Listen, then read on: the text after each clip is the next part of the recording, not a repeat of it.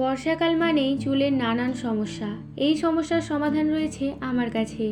100 গ্রাম টক দই একটা বাটির মধ্যে নিয়ে ভালোভাবে ফেটিয়ে নেব।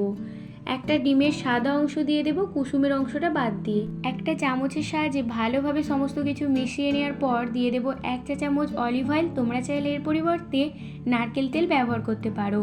এখানে দিয়ে দিচ্ছি মায়ুরের ব্ল্যাক হেনা। তোমরা চাইলে অন্য যে কোনো কোম্পানির যে কোনো কালার হেনা ইউজ করতে পারো। এইভাবে এবার সমস্ত কিছু ভালোভাবে মিশিয়ে নিয়ে রেখে দেবো 30 মিনিটের মতো। 30 মিনিট পর এটা আমরা পুরো চুলে অ্যাপ্লাই করার পর ধুয়ে নিয়ে শ্যাম্পু করে নেব।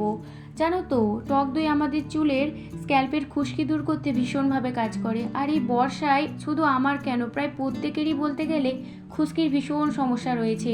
এছাড়া অলিভ অয়েল আমাদের চুলের ডগা ফাটা রোধ করতে সাহায্য করে। ডিম আমাদের চুলকে সিল্কি করে দেয়। তাই তোমরা যদি চাও এটা ট্রাই করতে পারো, ভীষণভাবে কাজ দেবে। আমার তো খুব হেল্প হয়।